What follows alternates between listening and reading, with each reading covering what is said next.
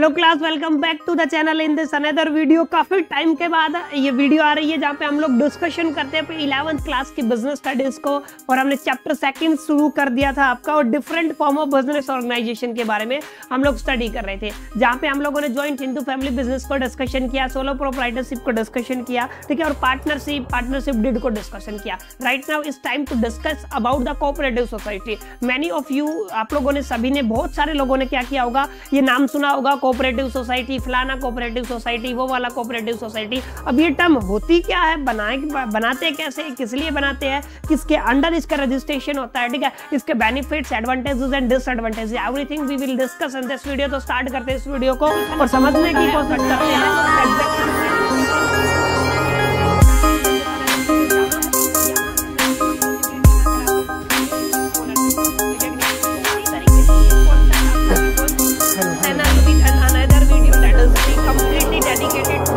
और समझने की कोशिश करते हैं exactly what is the meaning of cooperative society. अब जैसा कि आप लोगों को नाम से पता चल रहा है, सोसाइटी है एक तरीके का, ग्रुप्स ऑफ पीपल है जो अपनी मर्जी से अपना एक ग्रुप बनाते हैं। इसका मतलब क्या, अगर मैं मीनिंग की बात करूं तो क्लास ध्यान से समझे exactly what is the meaning of cooperative society. जैसे different type of business organisation होते हैं ना, वैसे ही कोऑपरेटिव सोसाइटी भी आपका business form of business organisation है, ठीक है।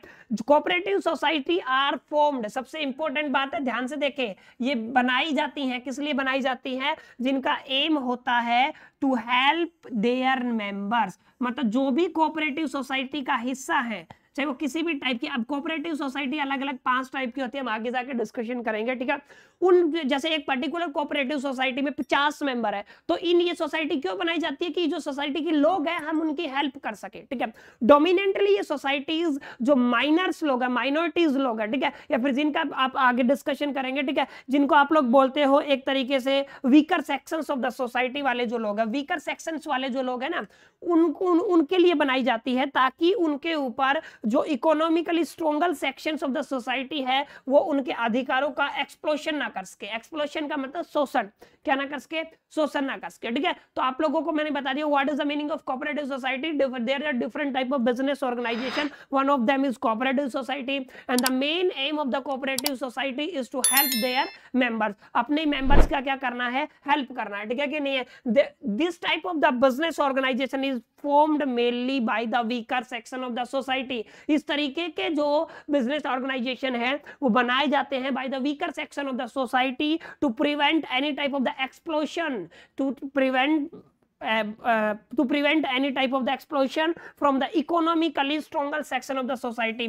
जो stronger section of the society है वो किसी भी तरीके से उनके अधिकारों का एक्सप्लोशन ना कर सके, यानी कि शोषण ना कर सके, हनन ना कर सके, उसके लिए सोसाइटी को क्या किया जाता है, बनाया जाता है, ठीक है। अब इस सोसाइटी में अगर कोई प्रॉफिट है, इसको अगर एज ए प्रॉफिट ऑर्गेनाइजेशन देखें तो जो प्रॉफिट बनेगा ना तो वो उसके मेंबर्स के बीच में ही डिस्ट्रीब्यूट हो जाएगा, जो भी उस सोसाइटी का मेंबर है। क्लियर? तो आपको एक बेसिक अंडरस्टैंडिंग होना चाहिए कोऑपरेटिव सोसाइटी का मतलब क्या होता है। Just it is a group of the people जो इकट्ठा होते हैं अपनी सहमति से, ठीक है कि नहीं, और वो ग्रुप बनाते हैं ताकि जो weaker section of the society है उनके जो भी राइट्स है, जो भी फंडामेंटल राइट्स है, उनका एक्सप्लोशन जो stronger section, economic stronger section society वाले हैं वो ना कर सके। मेन जो इनका एम होता है उनके मेंबर्स की क्या करना होता है, हेल्प करना होता है, ठीक है। आई होप कि क्लियर हो गया होगा आपको। अब ध्यान से समझे, कोऑपरेटिव सोसाइटी को रजिस्टर करवाना पड़ता है under the cooperative society act 1932। Must note कर ले बच्चों, 1 नंबर में आ सकता है। Cooperative society are register under the act, cooperative society act 1932, very important date है 1912। जैसे कि अगर आप लोगों को याद हो, अगर आप पार्टनरशिप एक्ट की मैं बात करूं 1932 में था, ऐसे ही आपका क्लास क्या है, ये कोऑपरेटिव सोसाइटी है, जो कब है आपका कोऑपरेटिव सोसाइटी एक्ट 1912 के अंडर क्या होता है, रजिस्ट्रेशन होता है, ठीक है। इसको रजिस्टर कराना पड़ता है अगर आप एज ए इसको लीगल एंटिटी मानते हो या फिर आगे शो करना चाहते हो। सेकंड चीज, इस बिजनेस ऑर्गेनाइजेशन को चलाने के लिए जो कैपिटल है वो इसके मेंबर को खुद से जुटाना पड़ता है। यस क्लास, देमसेल्फ, यानी कि जितने भी मेंबर्स हैं वो सब क्या करेंगे, इसके लिए जो कैपिटल इंट्रोड्यूस होता है वो खुद जुटाएंगे। No one will help him, ठीक है, वो इनकी हेल्प नहीं करेगा, ठीक है। ये एक बेसिक चीज थी। उम्मीद करता हूं आपको कोऑपरेटिव सोसाइटी का मतलब समझ में आ गया। इट्स वेरी बेसिक, ठीक है। Now it's time to understand what are the characteristic of the cooperative society. cooperative society आप लोग बनाते हो, उसके प्लस पॉइंट्स क्या है? ठीक है, प्लस पॉइंट पहला है आपका वॉलेंट्री एसोसिएशन. वॉलेंट्री एसोसिएशन का मतलब क्या होता है? ये आपको एक राइट देता है, राइट ऑफ फ्रीडम, फ्रीडम का अधिकार देता है. वॉलेंट्री का मतलब होता है आप लोग अपनी मर्जी से किसी इस ग्रुप का मेंबर बन सकते हो, इस सोसाइटी का मेंबर बन सकते हो. It's completely up to the people कि वो इस सोसाइटी में आना चाहते हैं कि नहीं आना चाहते हैं. ठीक है, यही है आपका voluntary association. The member of the cooperative society is voluntary in nature. It means it is depend on the choice of the pupil. ये as per the choice of the pupil होता है. तो first इसका important जो characteristic है वो क्या है क्लास cooperative society का? is voluntary association. Second है open membership. Open membership means anyone can become the member of the cooperative society. It is more far away from castes, educations और भी आप discrimination जो भी आप बोलते हो, ठीक है कि नहीं, irrespective ऑफ देयर कास्ट के ग्रीड एंड आप लोग क्या बोल सकते हो रिलीजन, कोई भी धर्म हो, कोई भी जाति हो, ठीक है, कोई भी एजुकेशन हो, इन सबसे परे है. It's a open membership society. कोई भी पर्सन आके अपनी वॉलंटरी चॉइस से इसका मेंबर बन सकता है. This is a characteristic number second. Now third है रजिस्ट्रेशन. ठीक है, अब मैंने बताया कोऑपरेटिव सोसाइटी को रजिस्टर करवाया जाता है under the cooperative society act. अभी अभी हम लोगों ने जो डिस्कशन किया था 1912, ठीक है, 1912 के थ्रू इसको क्या कराया जाता है? रजिस्टर कराया जाता है. तो एज ए लीगल एंटिटी ये होती है. इलीगल कुछ ऐसा होता नहीं है, बहुत सारे बच्चों के दिमाग में हो, ठीक है, तो लीगल एंटिटी है. ठीक है, business organization, business form of organization है, लीगल है. ठीक है, अब अगर मैं बात करूं फोर्थ की, तो अभी आप लोगों ने सोलो प्रोप्राइटरशिप पढ़ा, आप लोगों ने पार्टनरशिप पढ़ा, ठीक है, और आप लोगों ने क्लास पढ़ा आपका जॉइंट हिंदू फैमिली बिजनेस. एक मेजर चीज निकल के आई, जो आपका बिजनेस का मुखिया है उसका आपका मेन मेजर जो कंट्रोल करता है बिजनेस को, उसका जो लायबिलिटी है ना वो अनलिमिटेड होता है. लेकिन जो कोऑपरेटिव सोसाइटी है ना क्लास, उसकी लायबिलिटी लिमिटेड होती है. उनकी अनलिमिटेड होती है, यहाँ पे लिमिटेड होती है. एक सबसे बड़ा प्लस पॉइंट है बिजनेस ऑर्गेनाइजेशन के लिए कि जो लायबिलिटी है उसका लिमिटेड होना, क्योंकि अनलिमिटेड लायबिलिटी है तो आने वाले ना करे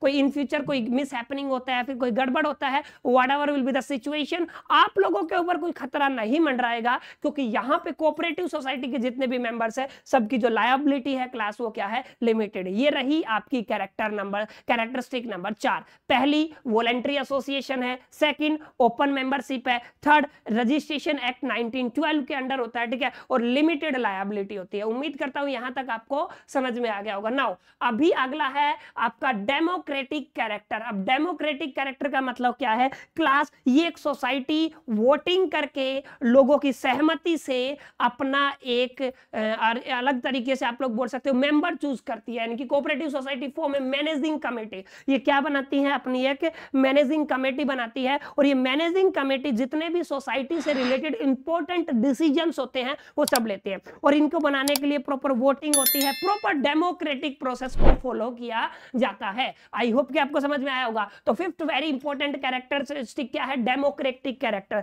मतलब जो इसके लिए कमेटी बनाया जाता है, कोऑपरेटिव कमेटी, ठीक है कि नहीं, वो आपकी वोटिंग के थ्रू बनाया जाता है, द प्रोसेस ऑफ डेमोक्रेटिंग के थ्रू बनाया जाता है, और उसका मेन काम क्या होता है कि जो भी आपके इंपॉर्टेंट डिसीजन है that are related to the cooperative society that are done by that particular type of the committee that is formed by democratic process. ठीक है, तो इसको क्या बोलते हैं आप लोग? Democratic character.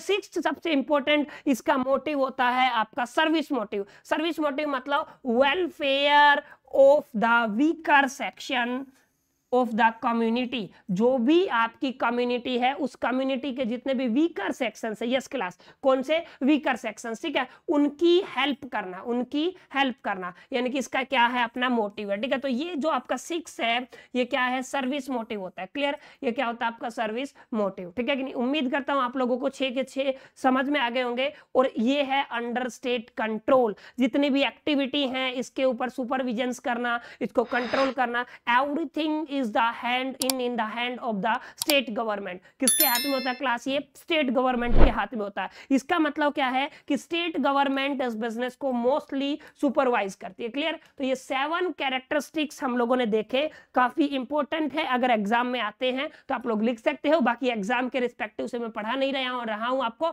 मैं पढ़ा रहा हूं आपको नॉलेज के प्रोस्पेक्टिव से, ताकि आप लोगों की जो फाउंडेशन बने 12th में जाके वो नेक्स्ट लेवल बने. और अगर आप लोग सीए वगैरह का तैयारी करना चाहते हो या फिर आईआईएम जैसे इंस्टीट्यूशन में एडमिशन लेना चाहते हो तो उस टाइम पे ये चीजें आपकी बहुत ज्यादा हेल्प करेंगे. ठीक है, अब आती है भाई साहब, समझ में आ गया कोऑपरेटिव सोसाइटी क्या होती है, इसकी कैरेक्टरिस्टिक्स क्या है, ये भी मेरे को समझ में आ गया। तो सर ये बताओ ये कितने टाइप की कोऑपरेटिव सोसाइटी होती है? तो क्लास टोटल 5 टाइप की कोऑपरेटिव सोसाइटी होती है। पहला है आपका कंज्यूमर कोऑपरेटिव सोसाइटी, सेकंड है आपका प्रोड्यूसर कोऑपरेटिव सोसाइटी, थर्ड है आपका क्रेडिट कोऑपरेटिव सोसाइटी, आपका फोर्थ है housing cooperative society and fifth है आपका मार्केटिंग कोऑपरेटिव सोसाइटी। तो क्लास टोटल 5 टाइप की आपकी कोऑपरेटिंग सोसाइटी है। अब जैसे कंज्यूमर कोऑपरेटिव सोसाइटी क्या होती है, यानी कि जो भी लोग प्रोडक्ट को कंज्यूम करते हैं उनका अपना एक प्रॉपर क्या बनता है, सोसाइटी बनता है, ठीक है। तो इस टाइप की जो सोसाइटी होती है, कंज्यूमर जो लोग होते हैं, ठीक है, जो प्रोडक्ट यूजर्स होते हैं, उनकी जो सोसाइटी ये फॉर्म्ड करते हैं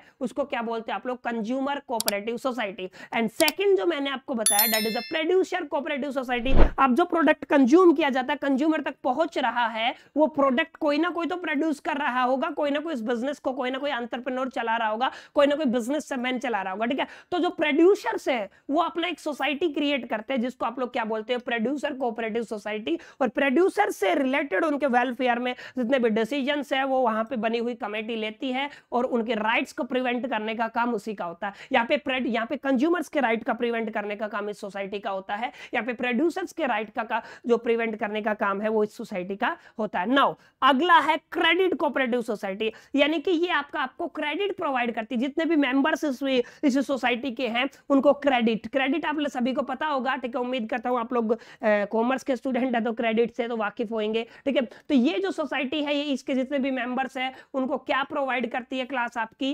क्रेडिट फैसिलिटी। यस क्लास, क्या प्रोवाइड करती है, credit facility at a very favourable rate of interest. I hope कि आपको समझ में आया होगा कंज्यूमर कोऑपरेटिव सोसाइटी क्या होती है, अच्छा प्रोड्यूसर कोऑपरेटिव सोसाइटी क्या होती है और क्रेडिट कोऑपरेटिव सोसाइटी क्या होती है। हाउसिंग कोऑपरेटिव सोसाइटी फोर्थ है, ये आपके जितने भी मेंबर्स हैं उनकी हेल्प करती है टू प्रोवाइड द हाउस, यानी कि घर प्रोवाइड करने के लिए, ठीक है। तो इस तरीके की जो सोसाइटीज बनती है उनको क्या बोलते हैं आप लोग क्लास, हाउसिंग कोऑपरेटिव सोसाइटी। और आगे है आपका फिफ्थ मार्केटिंग कोऑपरेटिव सोसाइटी, नाम से ही पता चल रहा है जो भी स्मॉल एंड मीडियम एंटरप्राइजेज है, स्मॉल एंड मीडियम एंटरप्राइजेज है, ठीक है, उन सबको मार्केटिंग स्ट्रेटजी ये सब लोग प्रोवाइड करते हैं सोसाइटी वाले, ठीक है। तो जो मार्केटिंग स्ट्रेटजी के लिए जो आपकी कोऑपरेटिव सोसाइटी बनाई जाती है क्लास, उसको क्या बोला जाता है आपका, मार्केटिंग कोऑपरेटिव सोसाइटी। तो ये बात हुई आपकी 5 तरीके की कोऑपरेटिव सोसाइटी। सोसाइटी नंबर 1 जिसको आप लोग बोलते हो कंज्यूमर कोऑपरेटिव सोसाइटी, सेकंड है प्रोड्यूसर कोऑपरेटिव सोसाइटी, थर्ड है आपका credit cooperative society,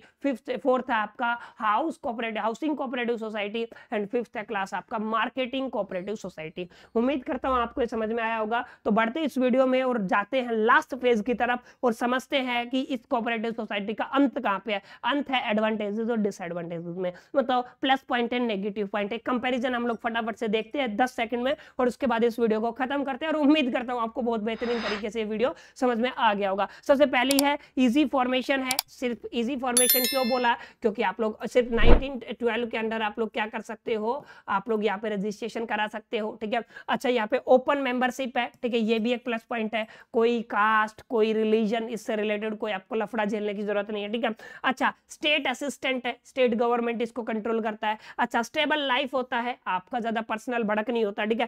tax concession है, यहाँ पे टैक्स कंसेशन होता है, ठीक है। और लिमिटेड लायबिलिटी, सबसे इंपॉर्टेंट पॉइंट क्या क्लास आपका, लिमिटेड लायबिलिटी, ठीक है। और डेमोक्रेटिक मैनेजमेंट है, यानी कि आप डेमोक्रेटिक प्रोसेस से एक कमेटी बनाते हो और वो सारे डिसीजंस लेती है। तो ये बेसिकली इसके एडवांटेजेस है क्लास। पहला easy to form, limited liability, open membership, state assistant, stable life, tax concession and democratic management. उम्मीद करता हूं आपको समझ में आया होगा। डिसएडवांटेजेस क्या है, लिमिटेड कैपिटल है, कैपिटल जितने मेंबर्स होंगे उनकी जितनी औकात होगा आप उस हिसाब से कैपिटल बना सकते हो। तो यहाँ पे क्या है आपका कैपिटल लिमिटेड होता है। अच्छा मैनेजरल एक्सपर्टीज लैक करती हैं, मोटिवेशन लैक होता है, लैक ऑफ इंटरेस्ट होता है और करप्शन होता है। ये पांचों पॉइंट्स आप लोगों को अच्छे से ध्यान में रखने हैं। पहला पॉइंट क्या है, लिमिटेड कैपिटल है। अच्छा lack of the managerial expertise है, ठीक है। अच्छा less motivation, lack of the interest and corruption बहुत ज्यादा भरा हुआ है कोऑपरेटिव सोसाइटी में, ठीक है। तो उम्मीद करता हूं क्लास आपको ये वीडियो अच्छा लगा होगा और एक जो कॉन्सेप्ट था आपका क्लास 11th का कोऑपरेटिव सोसाइटी आपको अच्छे से समझ में आया होगा, ठीक है। तो एक रिक्वेस्ट आप सभी से है कि अगर आप लोग 11th क्लास के स्टूडेंट है और आप लोग फर्स्ट टाइम मेरे चैनल पे आए तो सब्सक्राइब कर सकते हो, मैक्सिमम फ्रेंड्स के साथ शेयर कर सकते हो, अगर वीडियो अच्छा लगा तो लाइक कर सकते हो। बाकी मिलते हैं नेक्स्ट वीडियो में, तब तक के लिए मेरी तरफ से ऑल द बेस्ट।